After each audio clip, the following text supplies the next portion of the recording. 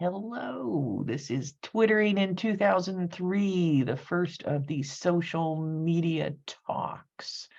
I'm going to pin myself here.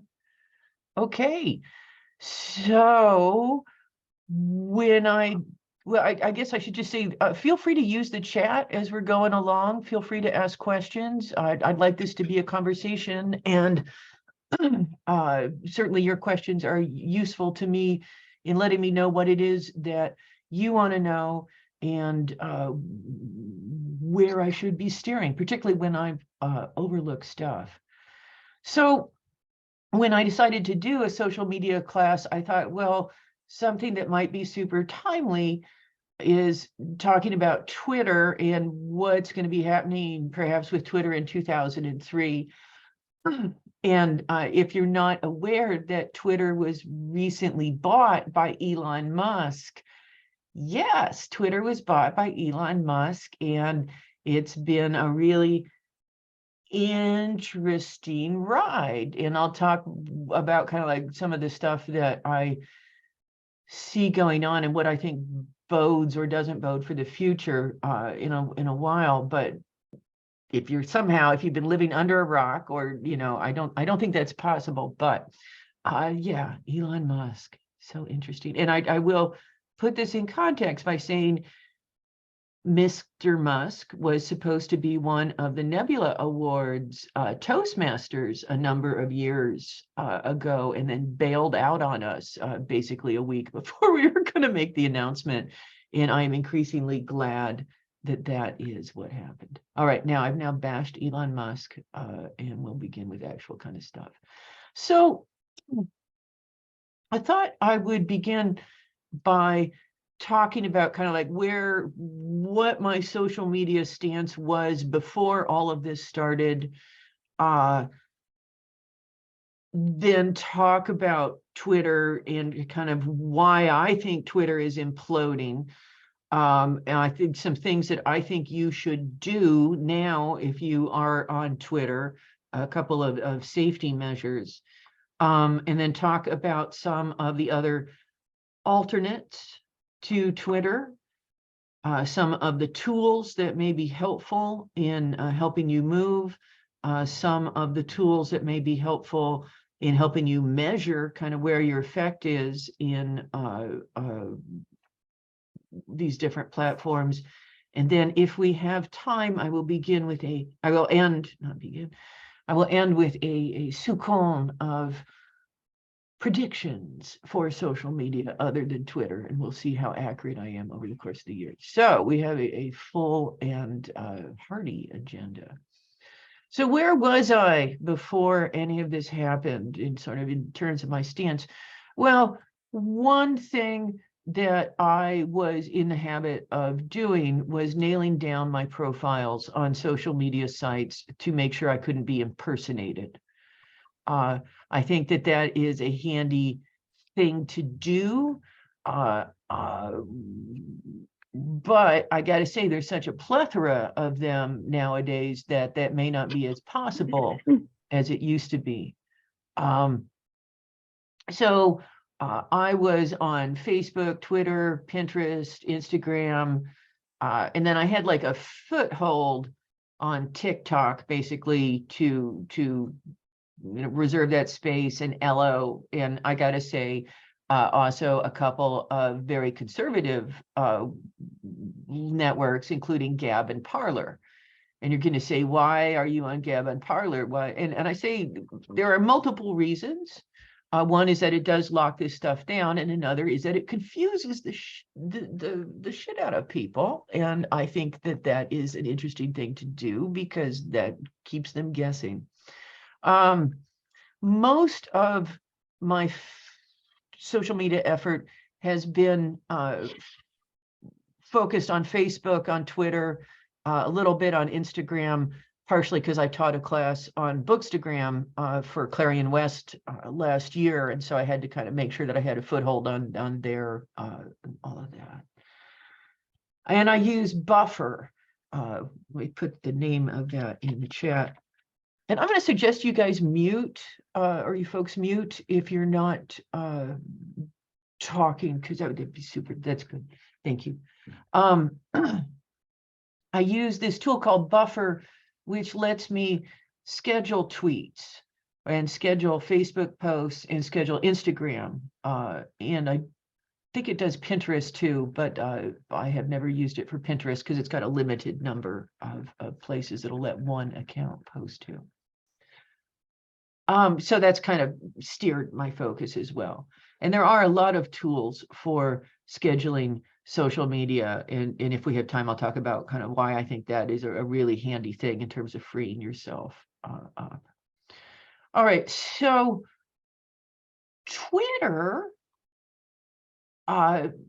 is why I think Twitter is imploding, has a couple of reasons. And one is that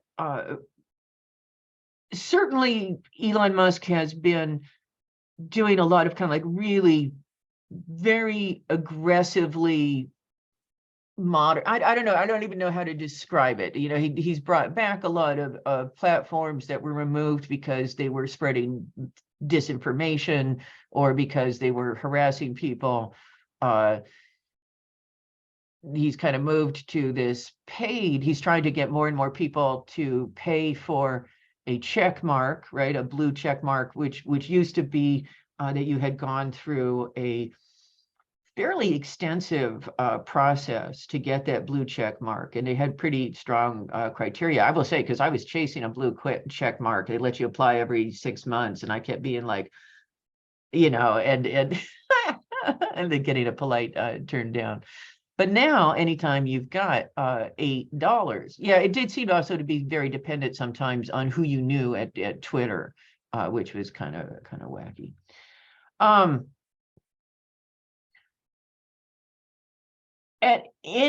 then one of the things that he did was, and he's rescinded this since, but like he booted off a lot of journalists that had been critical of him. And that's just a terrible, terrible sign, I think, you know, because that's one of the things that a kind of like a fascist platform might do. So, you know, like what's going to happen? I believe the latest is that after doing a Twitter poll and saying, should he step down, he said he would step down. And now he said he'll step down if he can find the right person, you know, and who knows what that means. So should you be on Twitter or not?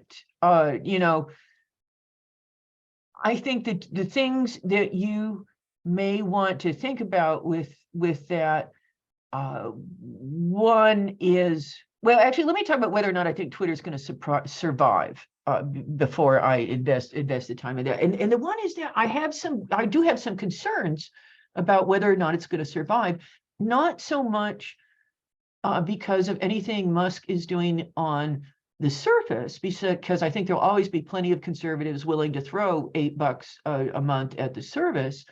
But the fact that he has been cutting the staff, the support staff to the bone, and people who kind of like track these things have been noticing there have been more outages. There have been more kind of like weird, like every once in a while, you may have noticed lately in the trends column, you'll see something really weird. Like the other day I logged on and, you know, they're supposed to be local to you, and every single one was in, I believe, Chinese. And I don't speak Chinese, so or Japanese. I know that the kanji is the same in either case, but in any case, it was clear that like something was being kind of screwy behind the scenes.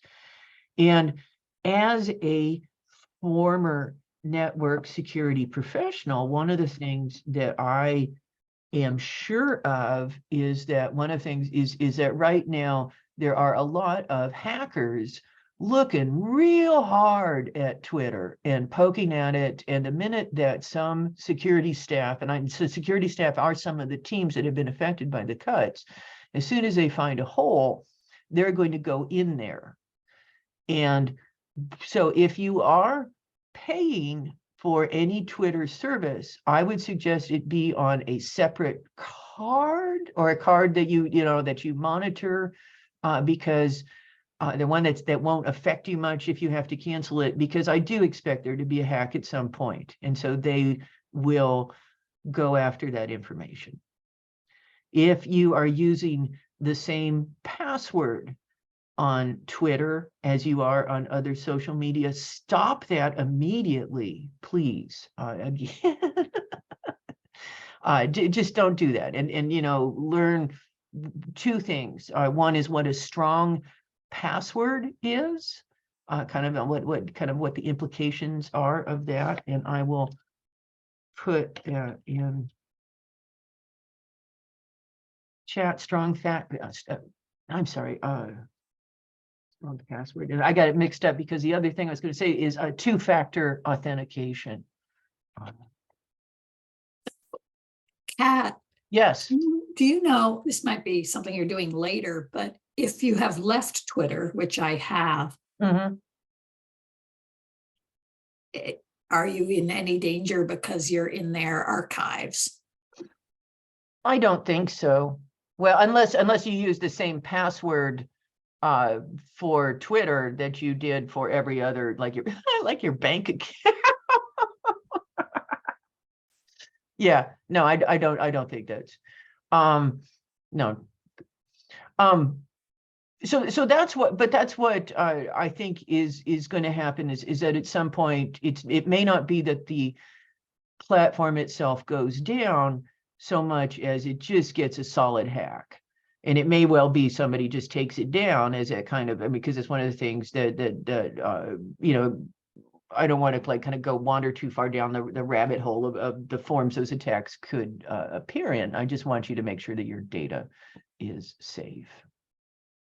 So I myself had chosen to stay on Twitter, and I'll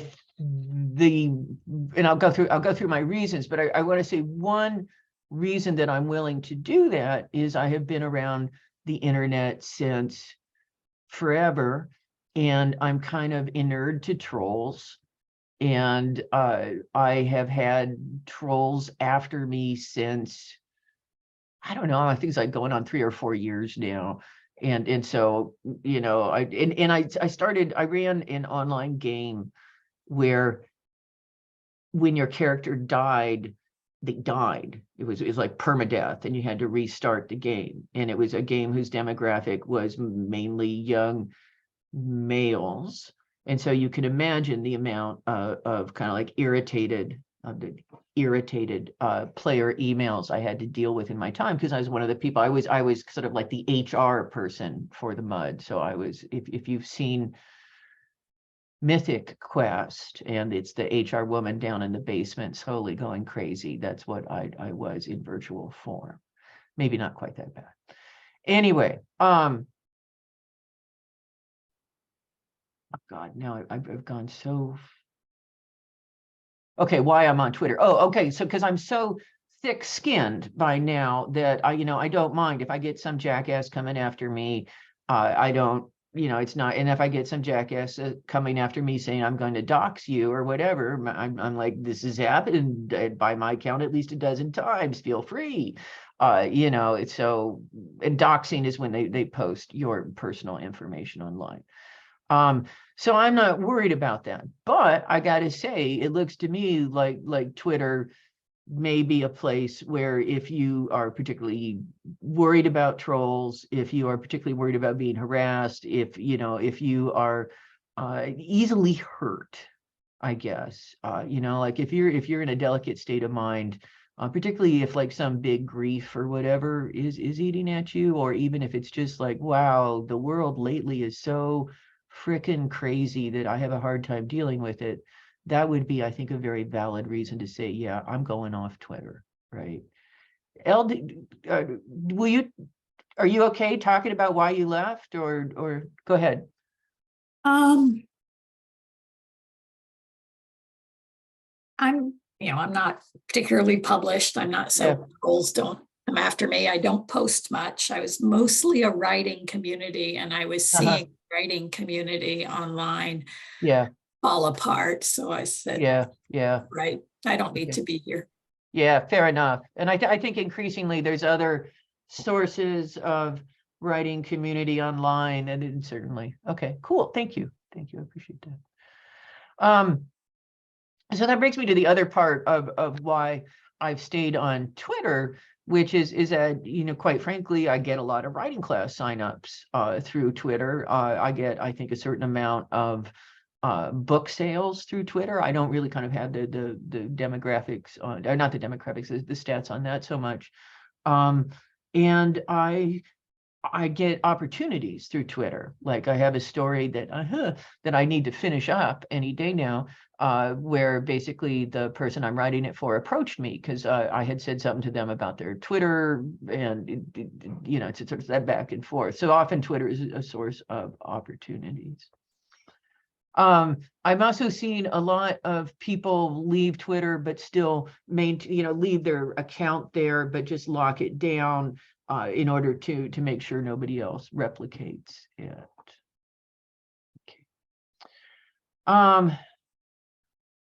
I do suggest, if your Twitter data, like all your tweets, are special to you, or you think you might want them, and I did this certainly, that you download your Twitter data. And you can, I'm not going to walk you through the steps on that, but I will say if you Google around on how to download my Twitter data, you will find the tools. It is a lengthy process, right? It is not instantaneous. You have to kind of kick it off, and then at some point they mail you and say, okay, now the data is ready for download. So it is not something that you're going to be able to do at the last minute. So I personally, if you think you want that data, and maybe even if you don't think you want that data, because who knows, download a copy of it. If I talked a little bit about credit card information, right? I will underscore that again, just because it's a pain in the ass when people get your credit card information. But if Twitter is authorized to do things on your behalf, like make posts elsewhere, that sort of thing, right? Sometimes one has a tool set up, like when I post to Twitter, Twitter then auto posts to this place and this place and this place and that sort of thing. I would personally remove that. Yeah, as Natalie remarks, there's less and less reason to stay, and I have no reason to suspect that that trend will miraculously reverse itself.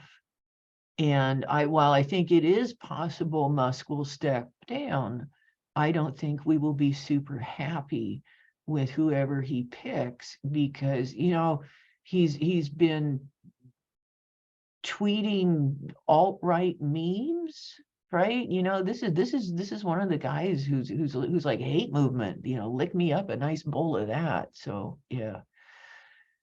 Yeah, and there are reasons to read Twitter. Jorts the cat is one. I've got a whole elaborate Story Seeds Twitter list that I love. But yeah, the functionality is bad.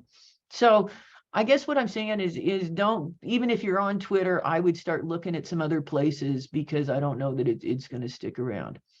And this is something, honestly, that in these days, particularly for those of you that are writing, you want to do, is you don't want to be dependent on any one platform. You don't want to be dependent on any one tool. You always want to make sure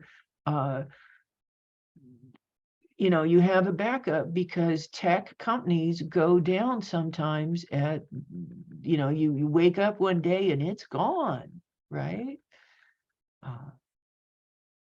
Yeah, I bet Jorts and Taco would certainly get along. She's a pretty mellow little cat. Yeah, writers of color, and there's other good stuff like Pitch Wars. There's a lot of agents on Twitter. There's a lot of editors on Twitter and magazines, and so a lot of useful stuff there. But all right.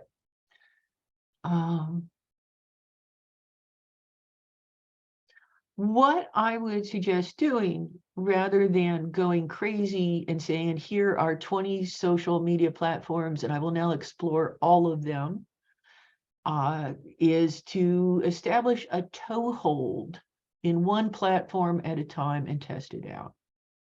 And what do I mean by a toehold? I mean, you fleshed out the profile, you have made some posts, you have read a bunch of posts, and you've done one of the things that I think is crucial with social media, which is that you've been social. You've liked a bunch of posts. You've started following some people. You've interacted with people. And that's, I think, if you're going to get it's really sort of crucial to building a following, right? And it's going to give you a good feeling for the flavor of the platform. Okay. And if you don't like it and you abandon it later, at least you have a placeholder there that points to your blog and wherever else they can find you. And I will give you later on, remind me if I don't the one useful tool that will really make that effective. But I want to go through something else first. Okay, so let's talk about existing platforms. And let me I'll run through them and mention some things about them, because when I was looking at it, I did find some platforms have quite a bit reach. We kind of think of Twitter as the elephant, but there's a lot of tools out there with a lot of platforms out there with a lot of followers on there. And of course, one of them is Facebook, right? And one of the nice things about Facebook, or maybe, I don't know, pernicious or subversive things, is that it's also linked to Instagram, right? So when you post to Facebook, you can have it go to Instagram. Or no, it's the other way around. When you go to Instagram, you can go to Facebook. Or at least mine is set up to do that. Facebook is Facebook, right? And I think you've seen it rebranded lately as Meta. In fact, I should be referring to it, I believe, as Meta. And you're seeing Zuckerberg talking about changing things up. Yeah, it's hard. Well, I don't. Yeah, there's a lot of kind of pros and cons about it. And one of the, oh, there you go. The Facebook Business Suite lets you schedule to Instagram. That's what mine is doing. For a long time, I didn't make, I had a pretty good Facebook presence, and I ended up kind of like stopping it for a while because, quite frankly, my conservative relatives were trolling my liberal relatives, and there was too much of this kind of vicious pecking back and forth, and I kept kind of getting that in my feed, and it was just too much for me. But one of my Rambo Academy teachers came to me and said, I really wish you would go back to the Facebook platform, because I think it sells classes. And I think that's a valid thing. It does, for me, a lot of my social media presence is about selling my work and certainly selling classes. Anyway, so Facebook. Pinterest still reaches 433 million people per month. I have stats in case you can't tell. A little of over a third of them aged between a number that apparently I did not record. But it is the audience is 3/4 female, so that's Pinterest is an interesting place to still be, and we could do a whole class on Pinterest maybe sometime later this year. Tumblr is around, and Tumblr is, I think Tumblr is fun. I mean, I just see kind of some goofy, fun shit happen on Tumblr. I don't know that I think of Tumblr as kind of like incisive political commentary, but I'm sure it's happening in some corner of it.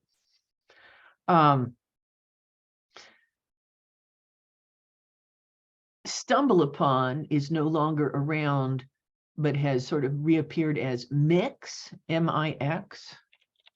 So I mention that for those of you who, like me, loved StumbleUpon. StumbleUpon served me for hours when I was working corporate jobs. You just sit there and entertain myself reading stuff on the web. Snapchat, still going strong. Snapchat is a kind of a younger demographic, and Snapchat has its own special things, like stuff disappears very quickly. This is one of the reasons why I am so invested in the immortality of my words, that I have not explored Snapchat as thoroughly as I should have. But it is a kind of younger thing. TikTok. So TikTok is certainly big, and one of the things that, if you're on TikTok and don't know about BookTok, you should explore that hashtag. TikTok has a lot going for it. I haven't leaned into it other than kind of establishing a presence there, because it requires some video skills. And the thing about video stuff is that it takes a while to edit stuff, and it's just sort of a pain in the butt. And so I have TikTok set up so I read and like stuff right now. And again, I have that small profile set up. Yeah. Well, BookTok is intimidating, because you get people like, there's like a book clerk who, she releases these TikTok videos where she's like, I'm doing books with yellow covers, and in each one she's also got a different yellow dress on, and she's kind of like dancing around with the book, and then she like appears with a different yellow book and a different yellow, and it's entertaining, right? But it's got to be like several hours worth of work for a 15-second video. Oh, they're fun. I'll see if I can find the link, and I'll post it on the Discord server, Priya. It's also hard not to be camera shy, right? I've kind of thought about ways of doing this, and like maybe do animations or whatever. But anyhow, I've avoided TikTok. But the other thing about TikTok is that there are privacy concerns about TikTok, and I will just put this link. Here's a news article if you're kind of like, what's going on with TikTok? But TikTok has some issues. Yeah, BookTok. One of the reasons that I did a talk on that for Clarion West. Actually, no, I didn't do it for that. I did a talk on Bookgram. Sorry, get them confused. BookTok is supposed to be super good about selling books, and the thing that it is seems to do well are like reaction things, or kind of clever videos. So yeah, I mean, they could go viral on there. They could probably go viral on Instagram as well. Sorry, my throat is getting dry. So let's talk about some of the other platforms. One, of course,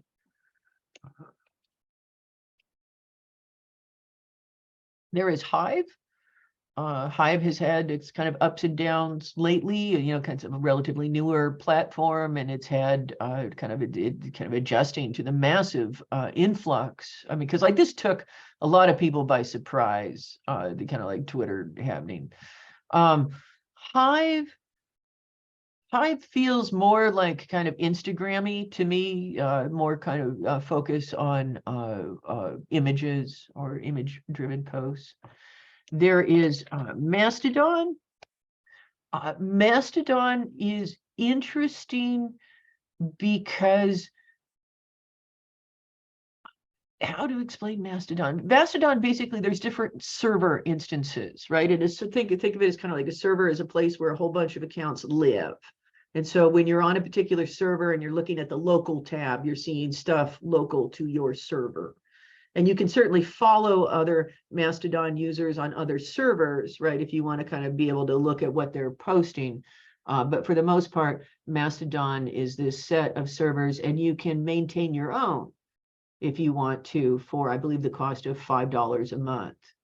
I think that most of the writers have gone into one of two places. I hope I'm getting this right, because this isn't what I'm on, but the Mastodon Wandering Shop, I think, has a lot of people on it. And then the other large group of writers is those who, like myself, started out on kind of the basic server and were just like, no, I don't want to have to move. I put effort into this. And so Mastodon Social is huge, but it's also kind of like this, it is not focused on writing at all. It is just focused on an influx of people. I have also established a foothold on Post. Post is another Post kind of, to me, skews kind of Facebooky, although it does have an interesting thing. Oh, good, thank you. The Wandering.shop, thank you. Post is kind of interesting to me because it allows tips, and I think it is a good place for longer content. And like Priya, I know you post stuff on Medium. You might consider cross-posting it on Post and seeing if you can scare up. I don't know how much you'd be able to build a tip following on there, but I know a couple friends have done that. So yeah, I would definitely take a look at that. Couple that I have not explored yet, but they're on my list are Tribal and I don't know how one even says it, Nostr, must like not Nostr, but those are others that, at least that are written here in my notes as on the list. Okay, other ones.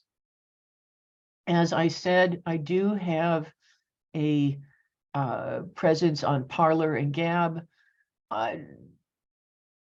reasons, but one that I will not have a presence on is Truth Social, which is the Trump network, because I just no. So I mentioned I would talk about some useful tools, and one of them is, and I suggest this is something that will make those toeholds easier, which is that in all of them, you're going to put a link to your link tree. And let me pull up mine so I can show you an example of it.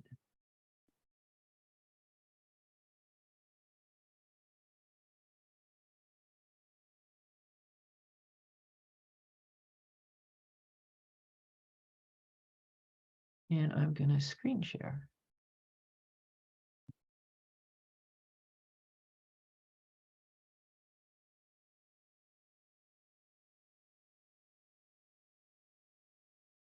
Okay, I'm presuming you can all see this. So this is my link tree page.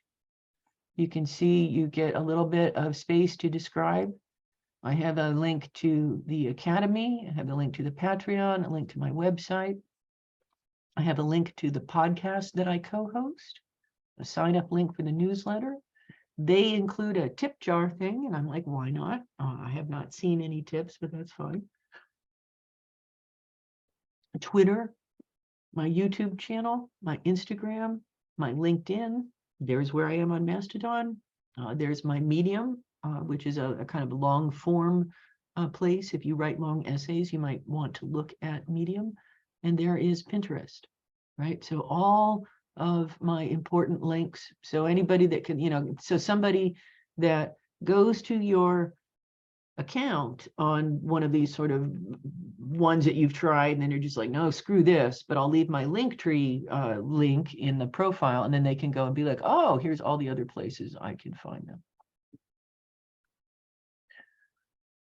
questions about anything that or anything that I've said so far? Give myself a chance to drink a little coffee here while you propose questions, maybe. Fine if not.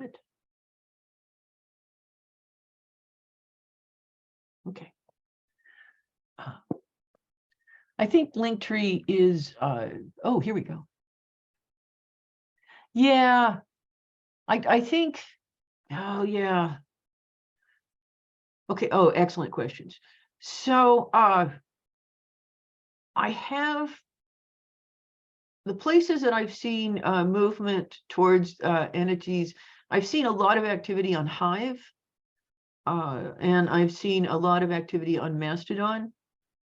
I've not really seen anybody be like, oh, I've gone back and revived my Facebook presence. I mean, most of the action seems to be going forward rather than backwards.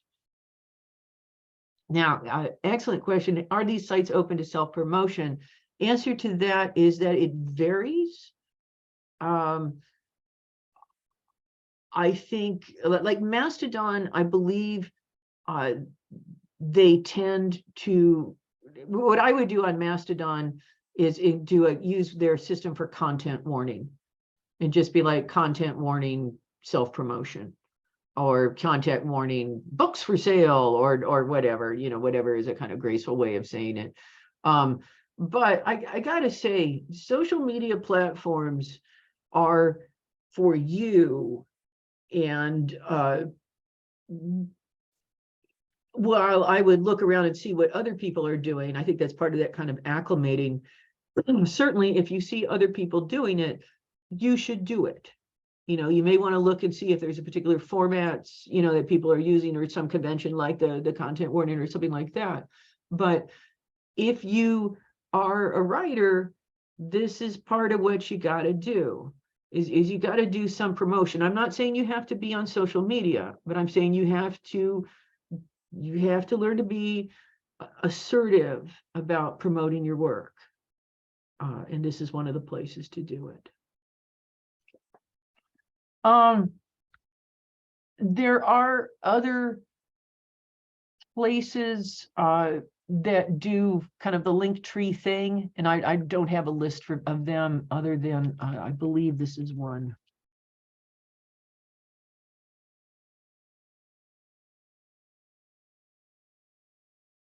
Yeah, it's hard, because social media can feel so friendly, and it's not, right? It's on the internet, which means that yes, some people are friendly and some people aren't, and it's just it's a weird thing.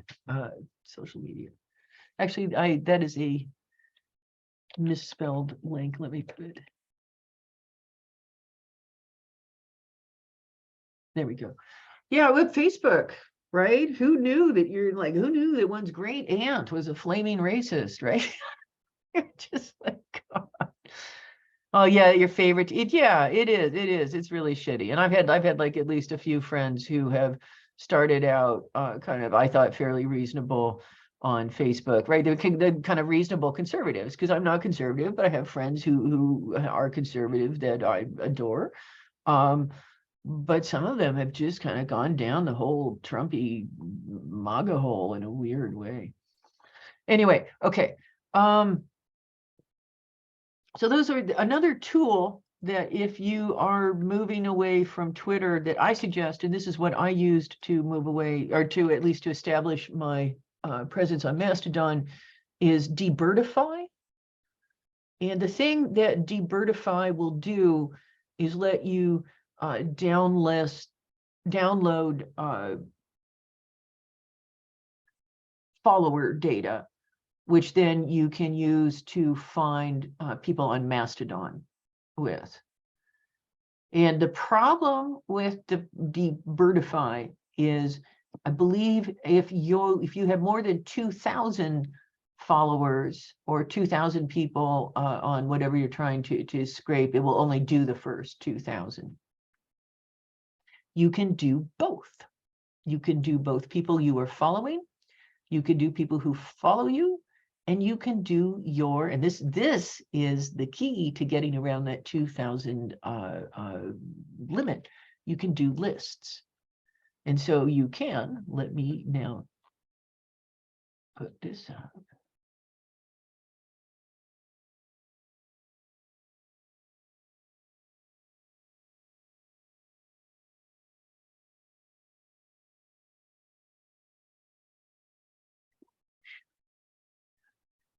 Do you know, do you guys know what a Twitter list is? Okay, so I'm going to give you, let me take 2 seconds here, and I'm going to give you a link to, I have a YouTube video that talks about Twitter lists. And that I think would be the most useful to me.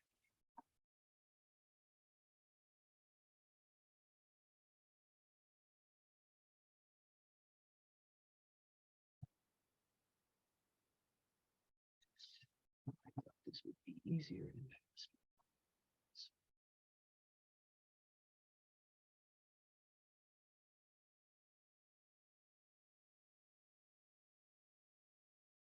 Ah, all right. Here is the link. Yes, it is. As Joanne says, it's where you can group people that you follow, although it doesn't have to be people that you follow. You can just create a group kind of and make it like, I have one called My Peeps. That's just like, here are the like couple of dozen relatives and close friends and stuff, that because I want to be able to go to it fast, right? And then I have one that is women writing fantasy and science fiction on Twitter. So some of those are more than 2,000. But what I did was I kind of worked methodically through all my lists. And you are welcome to use my lists, right? You can go and look at other people's lists, and there's another of anytime you go to somebody's profile, you can go and see their lists. And there's plenty of other people have created ones, like women in fantasy and science fiction, women in publishing. Elle is asking, do you know if you can do this on, you can do this, the Birdify will let you do it on Mastodon. I do not believe it lets you do it on Hive. But for me, that's what I've used to build my Mastodon following. In fact, let me look and see if I can tell you how well that has worked.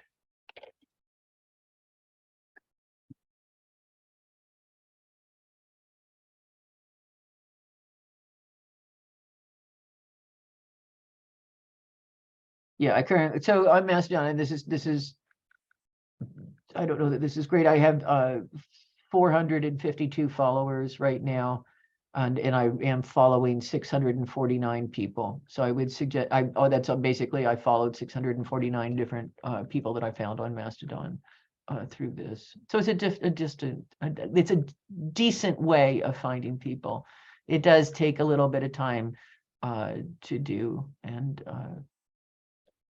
if people are interested at some point, I can do a video or something that walks you through how to do it. And yes, and there's all sorts of lists. Like, go and poke around on different people's profiles. Look at the list that I have, because like one is non-binary creators. I think, and I forget what others are that are public. But then I have a lot of private ones as well. Okay.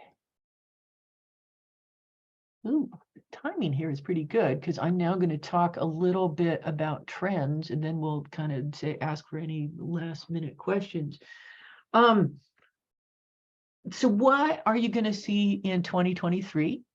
And we will check in at the end of the year and see if any of these came true or not. One is I think Twitter is going to continue to have big convulsions. I think there is going to be at least one major hack. That's, I think it's going to continue to just be a flaming shit show, if you will excuse my language there. You're going to see one of the things with Facebook/Meta is you're going to see it you're going to see more of a reliance on AI algorithms to kind of serve up content. So you're going to be seeing more kind of what's going to feel to you like, how did Facebook, and you've seen Facebook do this, right? Like, oh, I'm interested in that, right? And you're just going to see them get better and better at that. You're going to see more avatar stuff, I think, and more kind of like, here, give us money so you can buy shit for your avatars. I think you're going to see a lot of that. You're going to see, I think Instagram is going to kind of shift TikTok-y. And so I think it's going to be less about still images and really kind of be more about videos and reels and that sort of stuff. And you're going to say, perhaps, but I can still see, I still see lots of still images. Yes. But behind the scenes, the algorithm that's driving what other people see is going to be skewing towards video stuff, because that's what they want to drive. So if you are serving up videos, the algorithm will like you, right? Oh, Joanne, will you talk a little bit about why Reels were a good way to start? So I started actually with Reels because I'm a big Instagram person. I have loved Instagram from the beginning. I love taking pictures and posting stuff about that. Mhm. So when Reels started happening, I took a month and I did nothing but watch Reels. My husband got tired of me talking about Reels just because I wanted to understand what was happening. And I did the same thing with TikTok. And TikTok encourages and promotes original videos, like Mhm. people who do the dress up as in the yellow dress and have another yellow dress and all that kind of stuff. Instagram encourages, as long as your face is showing, it promotes the videos. It doesn't promote the Oh. videos that are just like, they'll promote videos that are like showing people doing craft. Because I did videos that showed my face. I did videos that were just me and my hands doing the craft that I was working on. And then I did ones that were just like, these are the books I read this month, and just pictures of the books, video of the books. And the ones that were promoted most and got the most views were the ones that showed my face. Nice. But what makes Instagram different than TikTok really is that there's a lot of trending sounds on Instagram, and it's really easy to steal those sounds and just mouth along with it, whatever words. So someone has already done the audio track for you. Nice. And if you steal the good sound, and all you have to do is go to the bottom and say, save this sound, on the bottom of the Instagram. I keep a Excel spreadsheet because it will say save the sound, but it will be because of copyright issues, it'll just say something to the effect, I have to look it up again. I haven't, it'll say private sound or something like that. There's a word that people use to avoid copyright issues. Original sound, that's what it is. Original sound, even though they're using a quote from like The Emperor's New Groove, it will say original sound and the username. So I have a list I have an Excel spreadsheet. Every time I save a sound, I'm like, okay, that was Kronk saying XYZ, and then this is how I search for it, because there's no search bar for your saved sounds. You just have to scroll through. And so, that's a little difficult, but once you've got that system worked out, that works. That's awesome.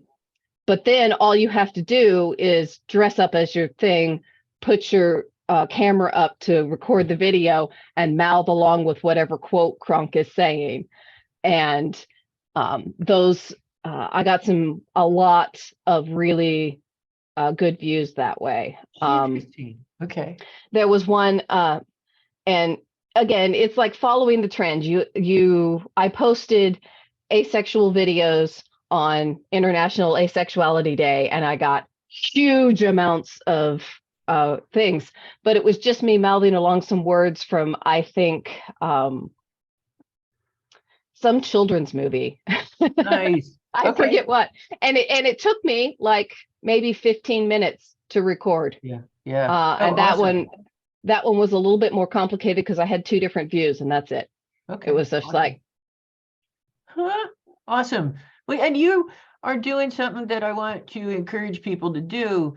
If you're serious about using social media as a promotional thing rather than a kind of like I enjoy swapping recipes with my aunt in Alaska sort of thing, track stuff. And one of the tools that you to track and be like, okay, this got a lot of views, this did not, what are the differences, what worked? And here is a tool that may be useful. Let me screen share again. Where did it go? Okay. So this is socialblade.com, and I'll put the link in chat, but you can basically look on a particular you can look on several things. You can look on your, see, this is all the places where you can look to see what somebody's user activity is like. So we're going to look at Twitter here, show what it looks like.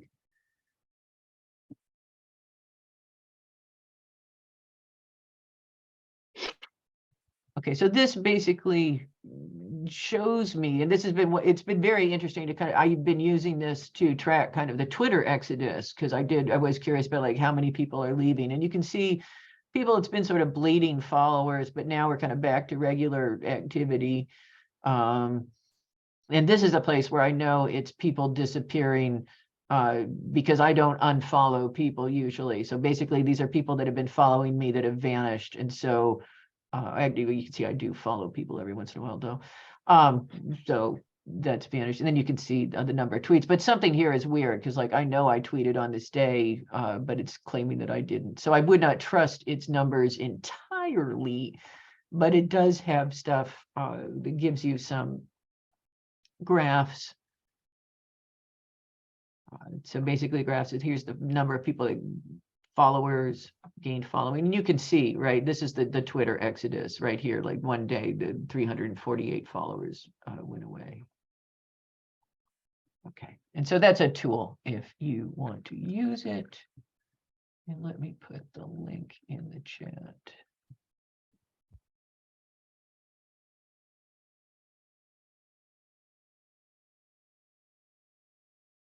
Yeah, I would actually encourage you all to share your social media, if you like, in the chat right now, and I will make sure that I trim it out before posting anything. But well, I think I am Cat Rambo on everything except on Instagram. I am SpecFic because I made a Cat Rambo account and attached it to an email that I no longer have access to a bajillion years ago.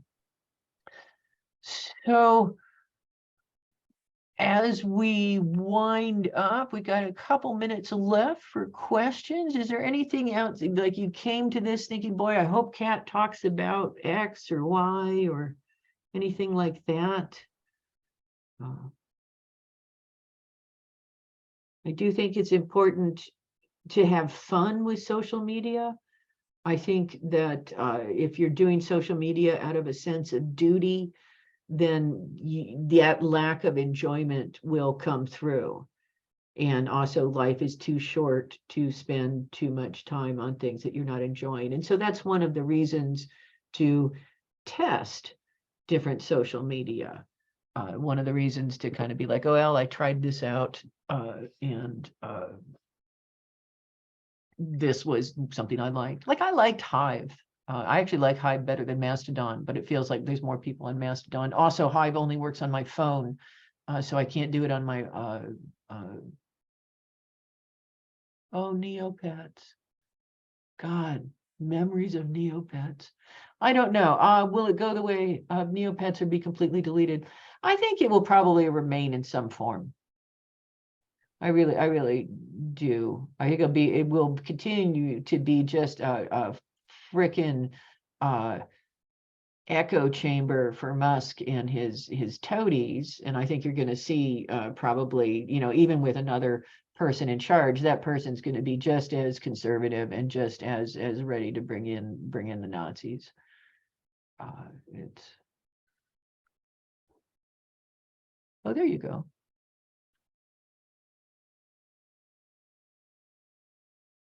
Thank you, Al. That's super handy. All right. Everybody get it. What I would do if you want to make sure that you've saved this is click on those little 3 dots.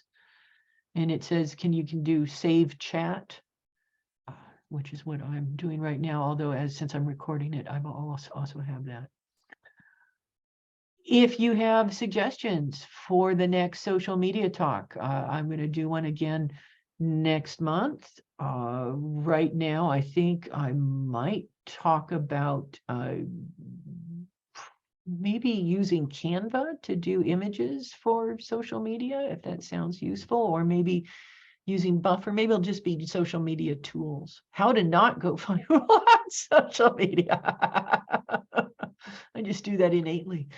All right. Good. I'm glad this has been helpful. I've started doing an article on it for the SIFWA blog, and then I was like, I kind of want to just pontificate for an hour about it rather than write.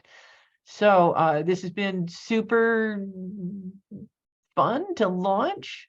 If you have things, I'm giving you like 1 more minute of me nattering in case you have something you want to put in the chat, but otherwise I'm about to close things down. In fact, I'm going to stop recording.